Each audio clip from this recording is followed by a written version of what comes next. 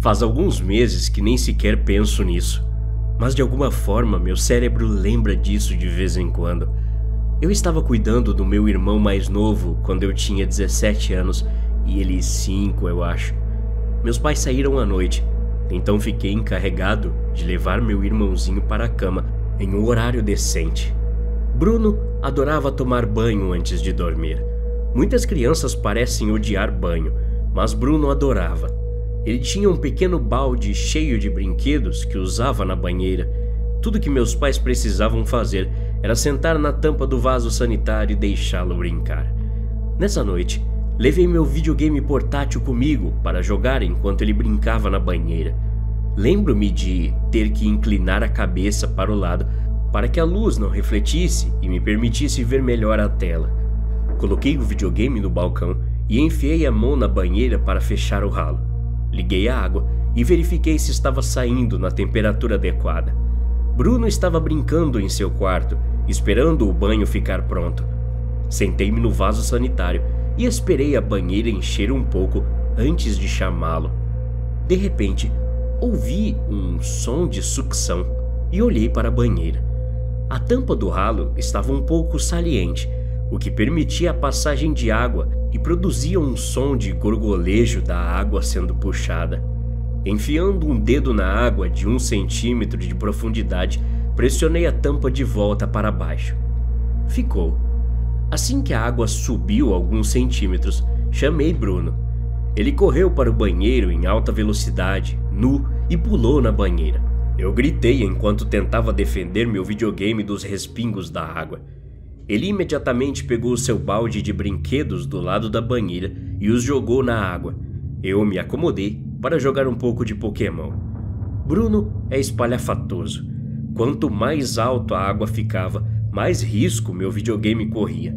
Afastei-me da banheira para poder jogar sem medo. Depois de alguns minutos, me virei para desligar a água da banheira.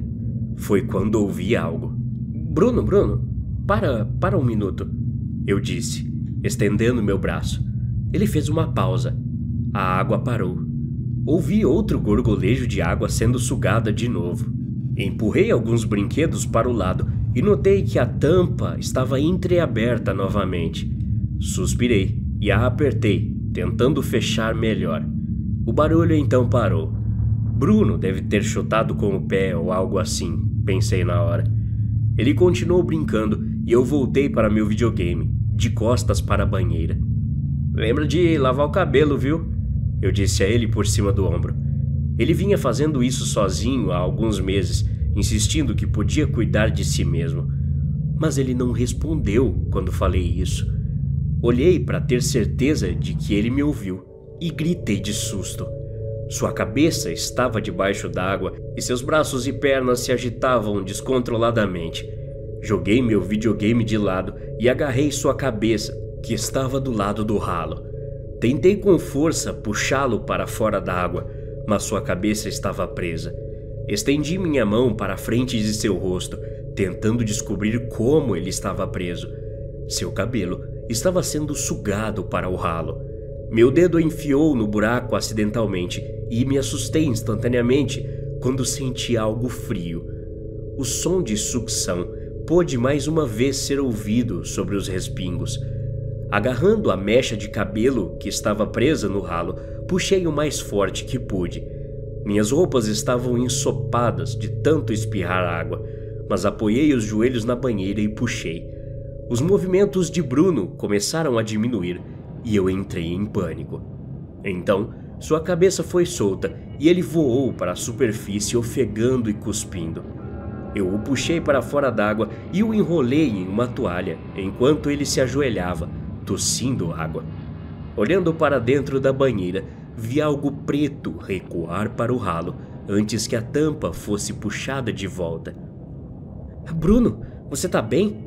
Eu perguntei, tentando soar reconfortante. Ele olhou para mim, soluçando. Alguma coisa agarrou meu cabelo, ele disse. Sentei-me ao lado dele e o puxei para um abraço no meu colo. Venha, vamos colocar você na cama. Eu ofereci, tentando sorrir e fingir que não tinha acontecido nada. Levantei-me e o levei para o quarto. Fechei a porta do banheiro atrás de mim. 1 hora depois, eu estava olhando para a água parada da banheira. Eu ainda tinha que esvaziá-la. Isso exigiria tirar a tampa. Não sei porquê, mas minha mente insistia que eu mesmo tinha que cuidar disso em vez de esperar por meus pais. Eu tinha uma tesoura no meu bolso esquerdo para qualquer emergência. Com respirações rasas, ajoelhei-me ao lado da banheira. Uma poça de água encharcou meus joelhos. Olhei para a água clara. Os brinquedos formaram uma película sobre a água, impedindo minha visão do que havia por baixo. Estendi a mão rapidamente e empurrei os brinquedos para o lado. Nesse momento, fui recebido com nada. Somente água. A banheira ainda estava limpa, então pude ver que não havia nada na água. Assim que me preparei mentalmente para alcançar e pegar a tampa, ouvi de novo aquele gorgolejo. Os brinquedos cobriam o ralo, então não pude ver se a tampa havia se movido, mas o som me disse que esse era o caso. O banheiro estava silencioso novamente, e a água ondulava das gotas escorrendo dos meus dedos. Ok, falei para mim mesmo. Alcancei os brinquedos e agarrei o anel de metal da tampa. Soltou com facilidade. Puxei minha mão para trás, mas ela ficou presa. Eu entrei em pânico. Meus dedos começaram a ser enrolados. Gritei e me levantei, mas minha mão me fez curvar. Parecia que eu estava amarrado a um peso de 50 quilos. Toda a atenção estava nos meus 3 dedos do meio. Meu mindinho e meu polegar estavam livres. Os brinquedos ainda obscureciam minha visão do ralo. Eu não conseguia ver o que me segurava. Fiquei com medo de usar minha outra mão para afastar os brinquedos. O que quer que fosse, poderia agarrar aquela mão também. Minha mão presa descia lentamente. Comecei a chorar, puxando desesperadamente meu braço. Meus dedos então entraram no ralo.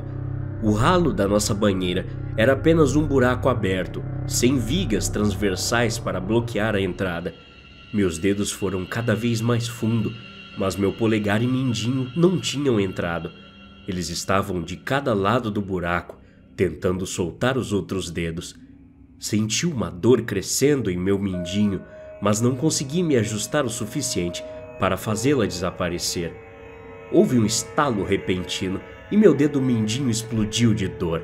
Meu cérebro gritou de terror e eu também. Peguei a tesoura com a mão livre e a coloquei debaixo d'água. Eu estava preparado para cortar meus dedos se isso significasse me salvar de ser puxado pelo ralo.